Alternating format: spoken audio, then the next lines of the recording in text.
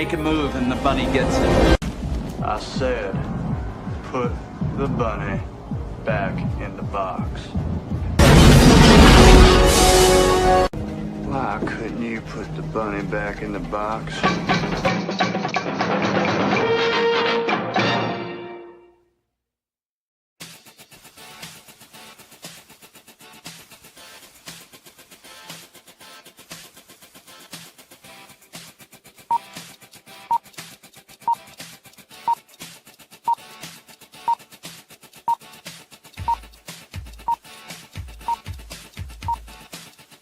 It's showtime.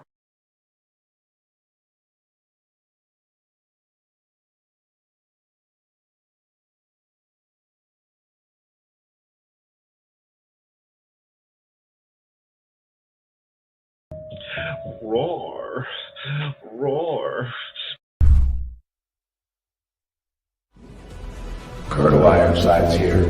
200 years I stood in the gap, fighting those who would harm my country. It was my honor, my sacred duty, so help me God. 9 times they took my life. 9 times I stood back up and made them pay. The freedom fighter and I could handle anything, but someone betrayed me. I was ambushed, made mortal, rendered powerless, and retired. They passed an amendment that made me a civilian before I left the hospital. For 50 years I watched my country change. Watch this work while erasing me from history. The day I quit my job, I powered up and discovered they lied about that too. I'll remind them of freedom.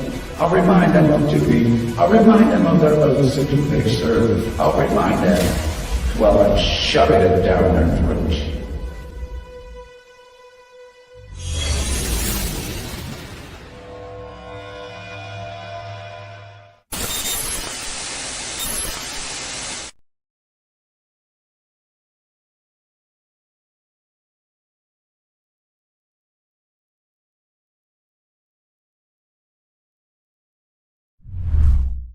Psychically, I'm very well endowed. I wanna know what you're thinking. There are some things you can't hide. I wanna know what you're feeling. Tell me what's on your mind.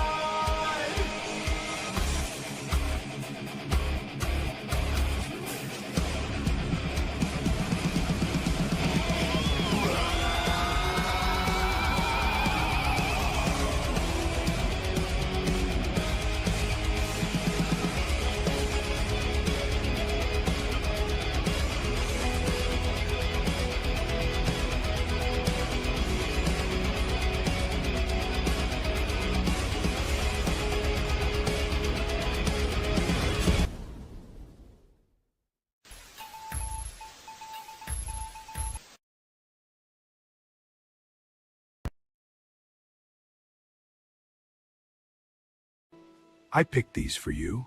Hey, what about me? We can share. Of course.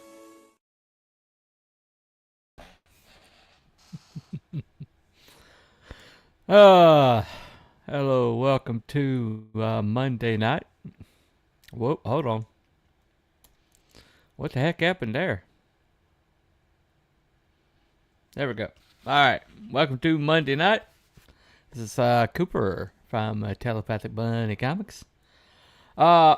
Anyway, so last week I did my favorite portrayals of werewolves, and I had so much fun with that. I thought I would just go ahead and make it kind of a series. So nothing wrong with that. Anyway, so tonight I'm going to do Frankenstein's the monster, the creature.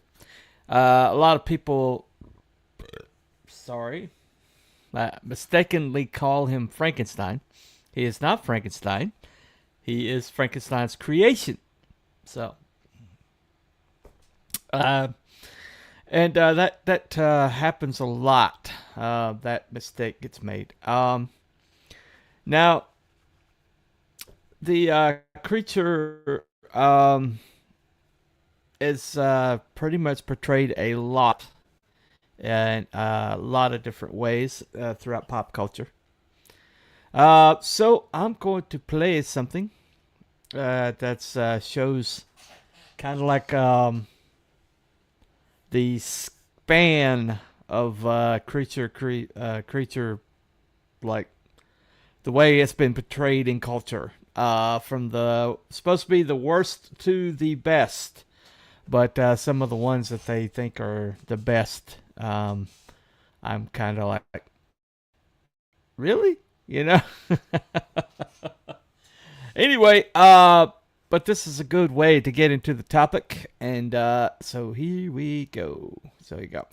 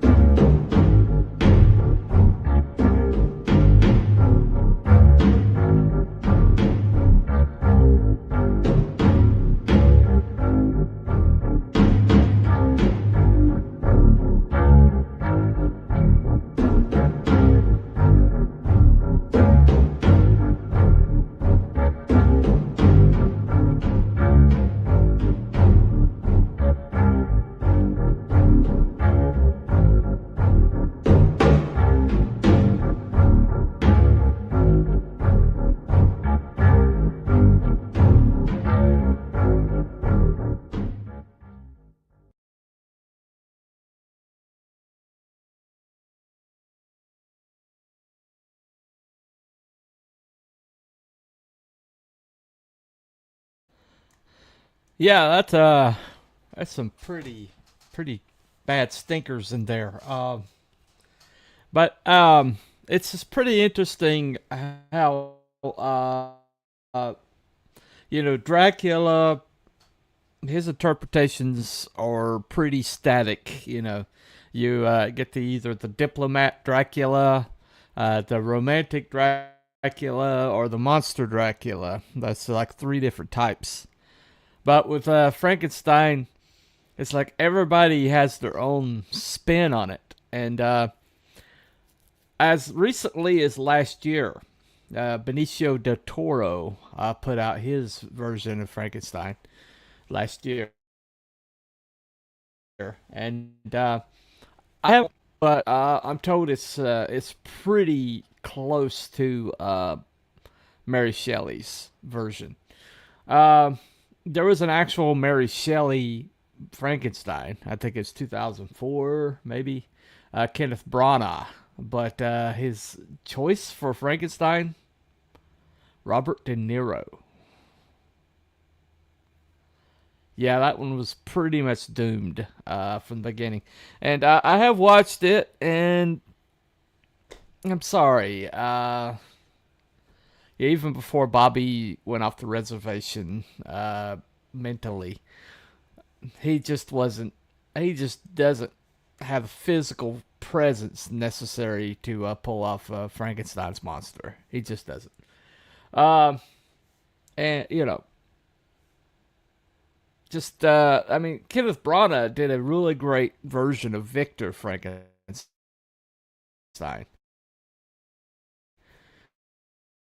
And it's just like that whole entire movie. If you just like put, maybe they can do this with AI. I don't know, but if they like took Robert De Niro out of the movie and put a proper Frankenstein monster creature in the movie, then that would be probably one of the best Frankenstein movies.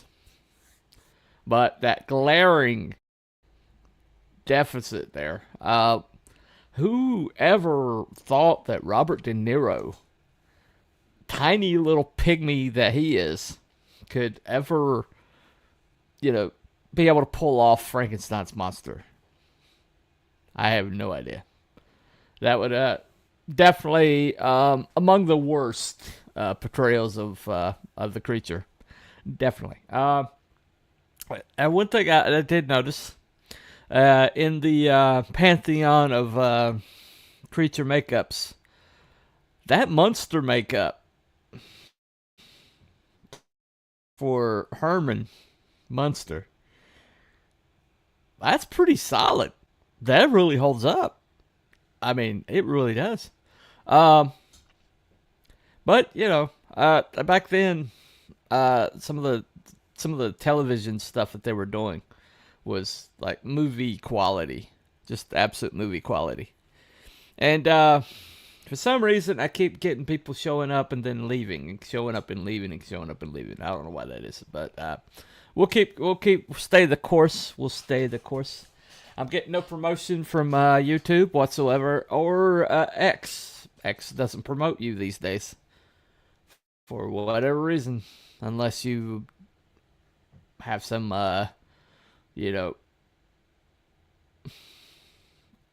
clickbait, something or other. But it is what it is. We're going to proceed because I want to.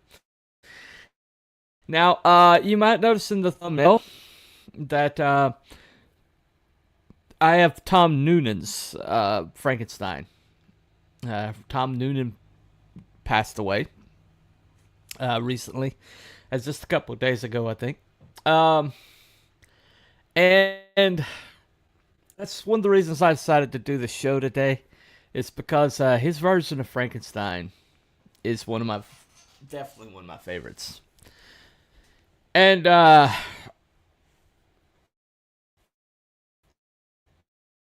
I'm going to show you why. He did this special feature where he did an interview as Frankenstein, as Frankenstein's monster, and it's it's brilliant. I'm not going to play more than like 3 minutes of it, even though it says that there's not going to be any problem. The live algorithm gets squirrely after 3 minutes, so I'll just play you 3 minutes of it. It's worth watching. Here you go. Well, first off, I'd like to ask you, how long have you been an actor? How long have you been in the business? 52 years of business. First movie in 1931.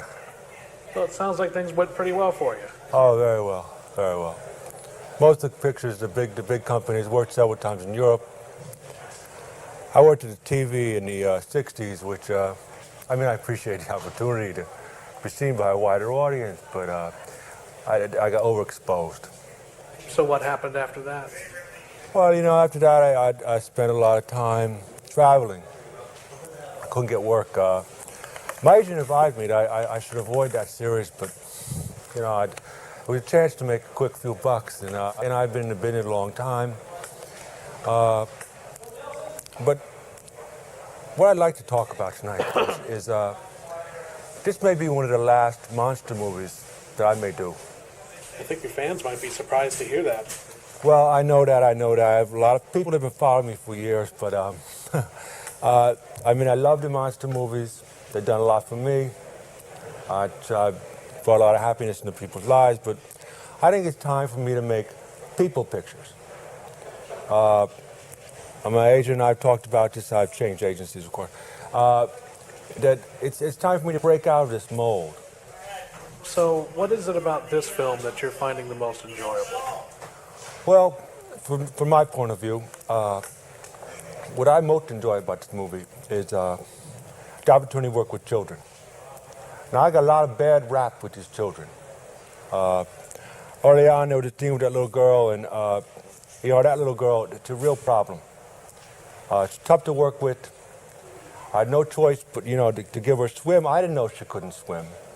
But now I had a chance to work with these youngsters, wonderful actors, all of them, and to show the kind of a person I really am. Because it's too much involved with that guy Dracula over these years, and I finally have a chance to break away from that guy. Bad influence. Because you're a good person. I think so. I tell everybody think they're a good person, but I really work at it. Been a lot of years. Yeah. I mean, I feel that, given the opportunity, I would do what anybody else would do. So why are people still frightened of you? I don't get it.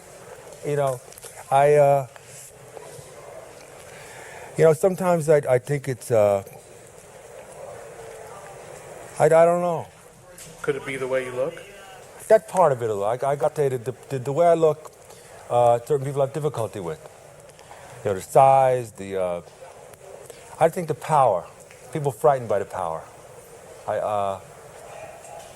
It's mostly that. I would also think another reason is that you tend to stay in character while you're on the set, especially when you work with little children. Why do you continue to do that? Well, I think it's important that in a story like this that there's a certain magic to it. And I think the children should be given the greatest opportunity to enjoy that magic, to believe in something. It's important children to have something to believe in. And I think Frankenstein is something that they can believe in. So for you, it's important.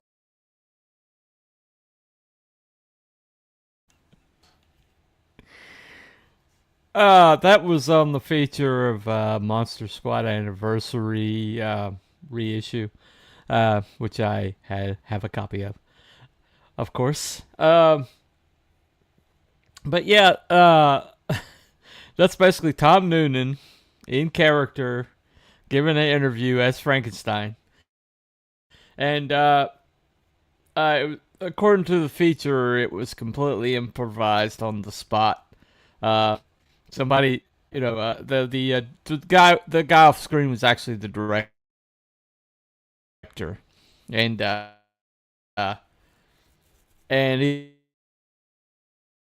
he saw that Tom was kind of like gonna do an interview as Frankenstein, and Tom's like, "Sure, go ahead."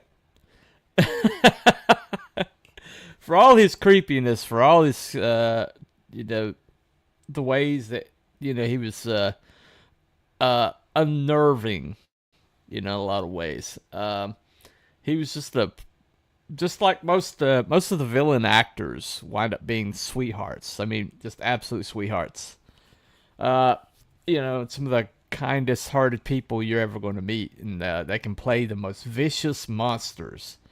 I mean, terrifying people. But the scene in Monster Squad that I just think absolutely, and why it's one of my favorite portrayals of Frankenstein's monster is this one here. Go! Wait! Read! I'm fucking German! Ich bitte Gertschein! Damn, you really, you should read it! Come on! Birkenmünchen Warehouse! Birkenmünchen nicht Warehouse? Yeah, what he said! Bitte tun Sie uns nicht weh! Auf dem Anhalt. Auf dem Anhalt! Auf hier geleitet. Auf hier gelegen! Ordnen Sie nicht nieder. Ordnen Sie nicht! Don't look up. Ich bin good. Hey, hold right there a minute. Hey, stop right there. Stop!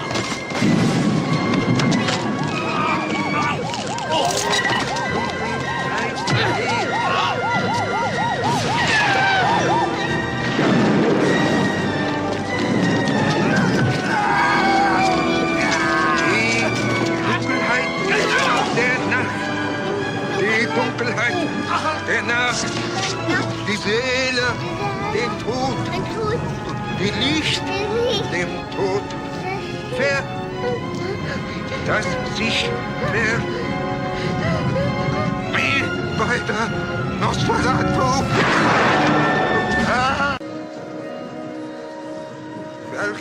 Welche sich rühren, die Winde, das sich blasen. Bitte tun Sie uns nicht weh.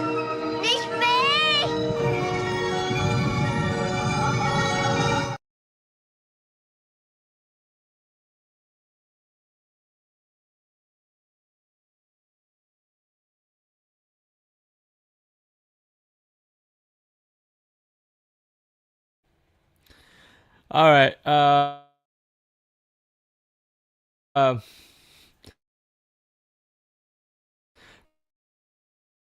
reason I love that scene is that Frankenstein monster in the course of that movie a lot, and he has this real great like connection with the little girl. Um, Funny thing about it is that scene where the vampire like picks her up. It's not in that clip, but there's the vampire picks her up. He did this to the little girl. Now the director can never get away with it today. Okay, this is a different era. It's the 80s. Traumatizing children. It's just kind of like something they did. But the vampire picked her up. And Duncan Regehr, the guy who played Dracula, the director's like, I want you to scare her. And he's like, what? He's like, I want you to scare her. He's like, I've already cleared it with her mom. Evidently, her mom signed off on it. And he says, I need a genuine reaction from her, and it's not going to work unless you scare her. And so Duncan's like, I got kids, man. I don't want to terrorize the girl. And he's like, I'm sorry. It's got to happen. So they gave him contacts. They gave him the fangs and everything, and he hissed at her with the fangs and and it's terrifying. And she screamed. She really did scream. I saw the actress doing an interview. And he's like, yeah, he scared the crap out of me. He's like, he hugged me after. He's like, I'm so sorry. But she had such wonderful memories of Tom Noonan, the guy who played all the villains most of his career, and he was just a sweetheart. Everybody loved him on the set. That's my favorite movie portrayal. So let me move to some books, some possible book versions of Frankenstein's monster that I think are really good. So that's gonna fall off. Hold on. All right. So first one, Dean Koontz, probably the second biggest selling horror author in the 80s, and probably a lot of the 90s. And probably the second most adapted horror novelist outside of Stephen King. You just don't know how many adaptations. But he did a version of Frankenstein. This book here. So this is the first one. The first one there. And it's the second one here. But typical Dean, he took forever to get the next ones out, and I kind of lost track of it, and I didn't find out till I don't think he finished it for almost 10 years. He pulled a J.R.R. George R.R. Martin on us, basically. And I got the finished ones, but I have to go back and read the first two to finish it up. Just haven't gotten around to it. But it's actually, the first two books were really good, and there's actually a television adaptation of at least the first one. Starring Vincent Perez as the creature. Vincent Perez from the Second Crow movie and Queen of the Night, I think it's called. No, Queen of the Damned. Queen of the Damned. Adaptation of the Anne Rice movie. One of Anne Rice's books. Starring, what is her name? She was like I can't remember her name, but anyway. Stuart Townsend is Lestat. I know that much. But anyway, that's a pretty decent version of Frankenstein. Frankenstein's monster. It does have Frankenstein in it. The first president's vampire book is called Blood Oath. It's written by Richard Farnsworth, and it has a very good version of Frankenstein, the Dr. Frankenstein, in it. He's truly just horrific. But in that one, his Frankenstein is his creatures are kind of like a process that he has kind of like perfected, and so he's selling it to the highest bidder. But yeah, so yeah, that version of Frankenstein is really scary. Really scary. But that's a Blood Oath, President's Vampire. I forgot to pick that one up. It's back there. Anyway, so there is a version of Frankenstein. My favorite imprint is out of the series here, Monster Hunter International. And I told you about the Wolfman. His version of Wolfman is a monster hunter named Earl Harbinger. It's just a great name. Just a great name. But in the series, there's another guy, this big old slab of muscle that works with the FBI. And he's called Agent Franks. Yeah, Agent Franks. And he's just a bad dude. First time you meet him, he almost beats a guy to death. Just casually, right? But later on, he's so popular in that series that he got his own spin-off book called Nemesis. So, and then this book, he and Earl Harbinger go at it. They have a knockdown drag out.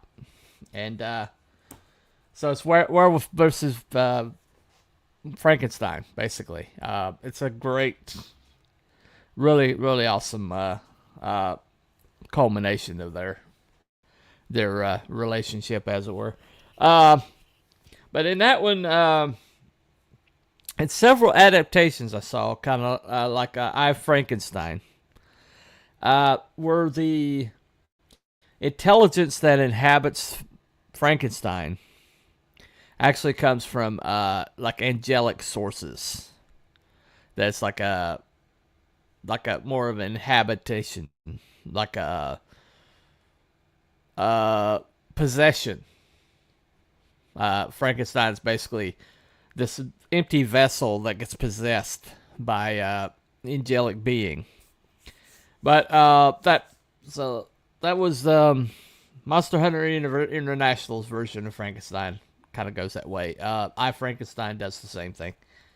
But so it's a pretty unique take on it. This is Sherlock Holmes Leviathan. It just came out. This is Richard Bonk and Mike Barron. And this one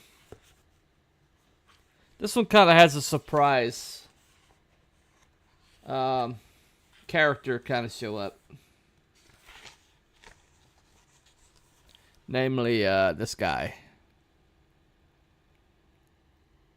So, he kind of like shows up in the third act, kind of like unexpectedly. But, and, out of all of the things that Mike's written, that one's not my favorite book of his. But it was pretty cool to see Frankenstein pop up like that. But my book series happens to have my own version of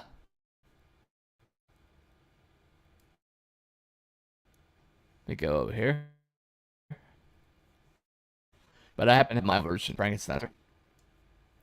Let me add to the stage here. Ba, ba, ba, ba, ba, ba. There we go. Alright, let me to make it a little bigger. There we go. Alright. So this here is Deadeye 2. Now what happened to Deadeye 1? Well, you'll have to get the book to find out. But he's kind of my Frankenstein monster version I created in a City of Heroes like character creator. It's one of the best in the game, I think. But this is kind of like my first drawings. It's based on a friend of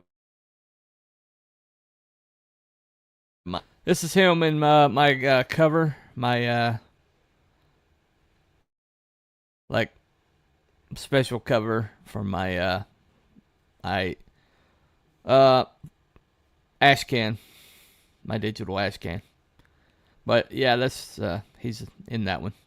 This is one that is going to be included with some of the materials. But this is Deadeye 1 and Deadeye 2 together in the same frame, which not really possible early on, but it may happen later on in the book. I don't know. Those look really cozy, I have to say.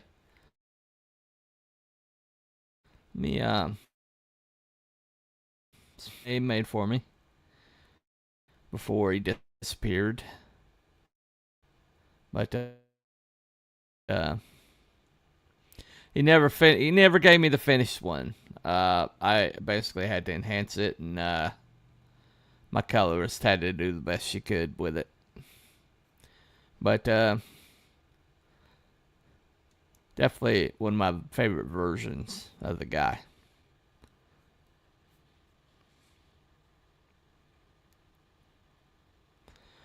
But yeah, right here. All right. But anyway, so the thing about Frankenstein's monster, the thing I think that a lot of people find really interesting, or at least inspiring. I'll say inspiring. Is the fact that that this guy, let me try this. Is that better? Okay, so that didn't work out. Let me. All right, there we go. All right, but so this guy, trying to create like God, created a being that is more human than he is. Hey, man. Good to see you. Good to see you. I don't know how through all the algorithmic suppression you found my show, but good to see you. Anyway, so but yeah, so people find the creature, Frankenstein's monster, to be such a yeah, there you go. Good to see you, man. But they found the creature, the idea of the creature, Mary Shelley's drug-induced nightmare, fever dream. They find that to be a fertile ground for stories. And when you think about the concept of it, that this gentleman who's trying to play God, creates like his own demise. He pursues something that he shouldn't pursue. And he actually, it's like one of those things, like, be careful what you wish for. By actually achieving his goal, he brings something into the world that ultimately is his downfall. And it's been that story is applicable to AI. That is a good point. That is a very good point. I guess with AI coming in, that Frankenstein might be actually more timely than ever. Skynet, in a lot of ways, is like Frankenstein's monster. This Terminator movies. Colossus the Forbin Project was an AI. Could AI be more human than humans? I don't know. I think I actually wrote a book recently about a man who discovered that the computer program that he had just created is thinking on its own.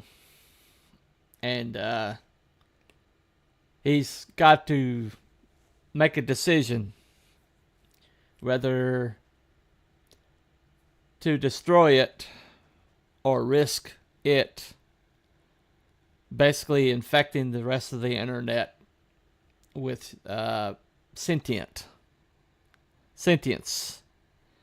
And the whole idea of a sentient AI, basically creating a creature that's beyond our control, that's not controlled by us, that has has its tendrils in all of the internet, which we rely upon. I think the second Avengers movie, Ultron, is definitely a type of Frankenstein's monster. And you'll find this theme over and over and over and over and over again in culture. The idea of humanity basically creating its own demise, or creating a creature. Data in the Next Generation was a Frankenstein's monster. Okay. The Doctor in Voyager, he was like the software, Data was like the hardware, but they were both beings created by mankind that discovered their own sentience. And sentience is such an interesting, nebulous concept. What does sentience mean? What does it mean to be truly alive? Does it require a soul? Or does it just require self-determination?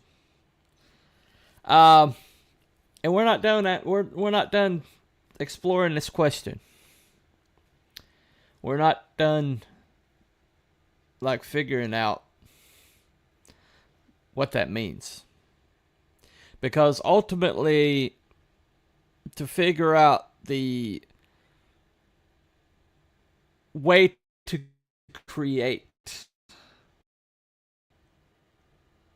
ultimately answers the question of our own creation. One of the things that I will never agree with ending human life, whether it's at the end or the beginning. One of the reasons why is because every human has a capacity to be unique and to be the one of one. And no matter who you are, no matter how boring you are, no matter how crazy you are, no matter how wacky you are, no matter how random you are, you're unique. You're one of one. You're the only one of you that exists. And I don't think one of the things that diving into this, shall we say, philosophy of collectivism, one of the things that removes is our fascination or our emphasis on individuality. But individuality is the most valuable resource on the planet. Say you've got an artifact. Say you've got something like the Mona Lisa. Why is the Mona Lisa completely, totally... Why can't somebody just sweep in and buy the Mona Lisa? Oh, okay. I guess we'll find out. Good story idea. All the way back to Jewish golems. Yep. And how much sentience is enough to have value? Dogs, cats, and crows, right? Well, I had a little dog. Her name was Rosie. And she was unique, personality-wise. You know, there's certain things that you expect out of Dachshunds. They have some personality quirks that are in common. But even among Dachshunds, she was very unique in that she wasn't a one-person dog. You put her in a room, and she was everybody's dog. And that was very, very unique for a Dachshund. But some would say that there's no sentience there. But yet, if I got another dog, it would not be her. You know, there's this whole entire thing about somebody figuring out how to clone their dog. And the idea being that, you know, you clone your best friend, the dog that you lost. And what you'll wind up with is that dog reincarnated in some way. No, what you'll get is the same dog, or a different dog entirely, right? There's a movie called Moon. And there was this movie that came out last year with Robert Pattinson that's not as good as Moon. So I'm not even going to bring it up. Mickey's 17 or something like that. But the movie Moon, they basically clone this guy like over and over and over again. And they just stick these clones in like suspended animation. It starts out with this guy, like he's coming up to the end of his time on the colony, and he has an accident. You know, he goes out to check an antenna, and he has an accident because he's been trying to make contact, and the antenna's not been working. And he's been trying to make contact with home, and he can't do it.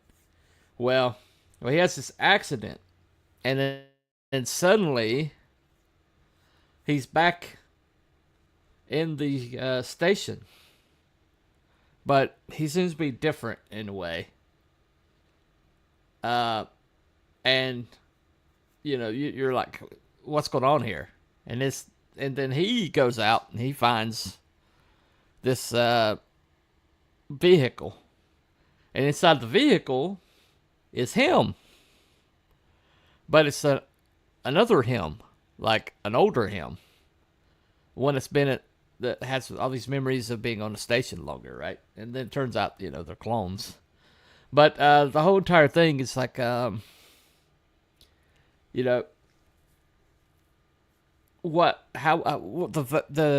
devaluation of humanity, in that this oil company or this mining company basically made all these same versions of the same guy. And then he finds out when he finally makes contact with the Earth that the guy who is their source. Oh, okay. Time for dinner. Thanks. All right. See you, man. There goes my one and only viewer, evidently. But he finds out that that he's a copy of this guy that's back on Earth. And so it's like, which one's the real one? Because he has the same memories as that guy. Memories of his wife and whatever. And he finds out that in the intervening time, his wife has passed away. And so he just talked to her in his memory, because when he was cloned, the guy that was cloned, had just left his wife. So, it's just a really unique movie. It's called Moon. But we're not done asking this question. We're not done exploring what it means to be human, what it means to be sentient, what it means to be an individual. We're not done exploring that yet. And I think Frankenstein's going to be made. I think it's going to be perpetuated. It's going to be in some form recreated over and over again, because the primary question that it asks has not been answered, and it probably never will be answered. What makes an individual sentient? What separates the creature from the creation, or the creator from the creation?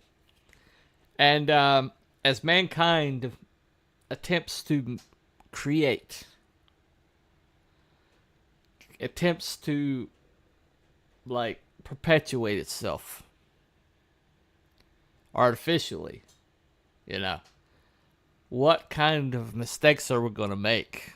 What happens if our creation doesn't like daddy, mommy or daddy, whatever?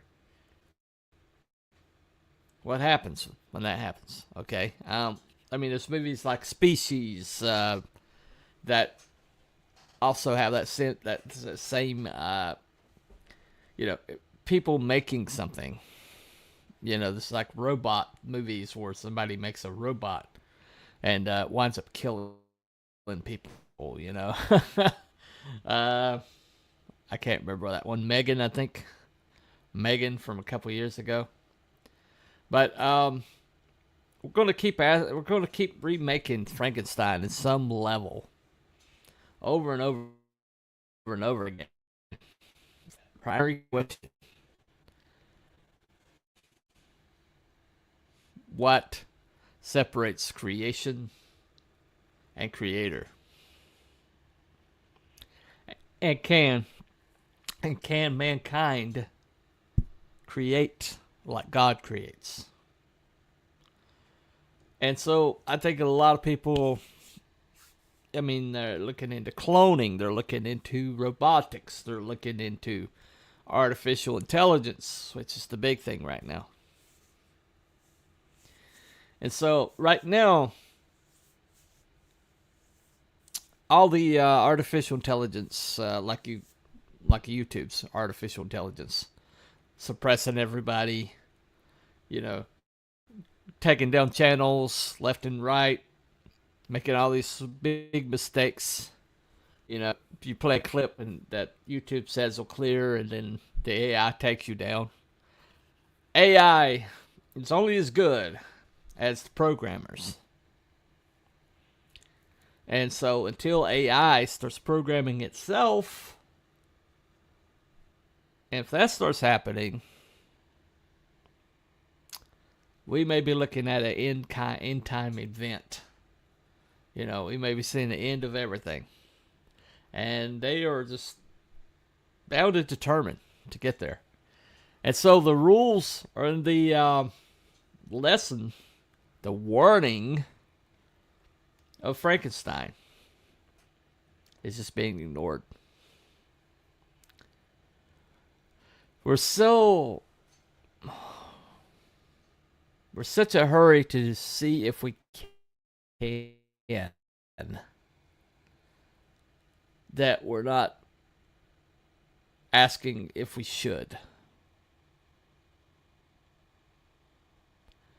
I think ultimately that's the lesson of Frankenstein. And we'll keep making these movies. We'll keep making these variations of this theme. And we'll still march towards our own destruction. Gleefully, and just ignore it. Just ignore it. It never turns out well. Never turns out well. But, Colossus Forbin Project, Terminator, never turns out well.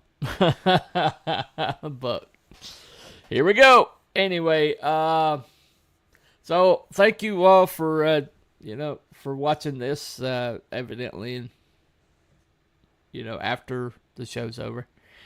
But some of you probably aren't going to see it until after it's over because of the way YouTube and X have been suppressing things lately.